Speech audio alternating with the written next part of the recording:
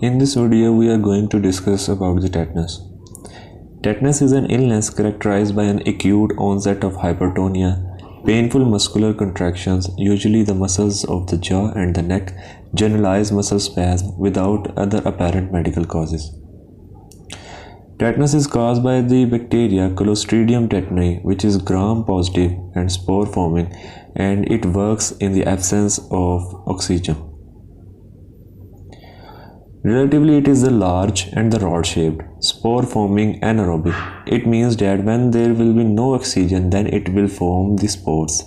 Found in soil, especially heavily manured soils, and in the intestinal tracts and the faces of the various animals.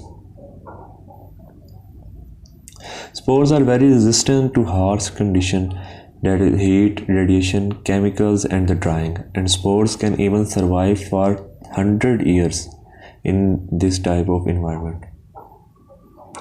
Methods of transmission.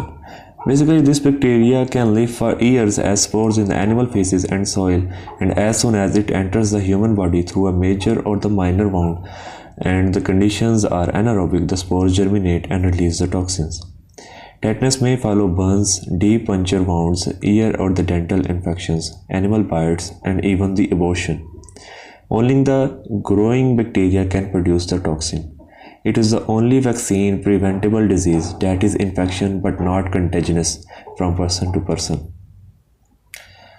Entry of spore, that is when you get a wound, then the spores enter through that wound and they start their work when there is the low level of oxygen. Tetanus spores enter the body, they are again in an oxygen-free environment, then they can germinate. So they produce different types of toxins which circulate in the body. One of the toxins blocks the nerve impulses that allow muscles to relax. This toxin is responsible for causing generalized tetanus, the most common form of the disease. Not pathogenic to humans and animals by invasive infection, but by the production of the potent protein toxin. This means that when the spore enters the body, it will not cause the disease. When it gets the environment that is the low oxygen level, then it starts producing the toxins which are protein in nature. Two types of toxins are produced by these spores or the bacteria, the tetanus toxin or we can say that the Tetanospasmin, and the second one is the Tetanolysin.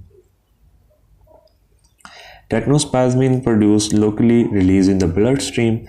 It binds to the peripheral motor neuron terminals and the nerve cells of the antihorn of spinal cord.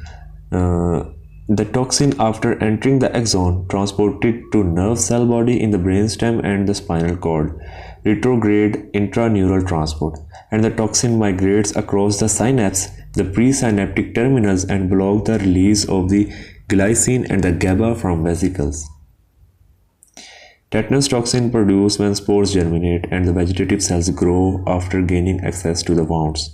The organism multiplies locally and the symptoms appear remote from the infectious site. One of the three most poisonous substances known on a weight basis, the other two being the toxins of botulism and the diphtheria.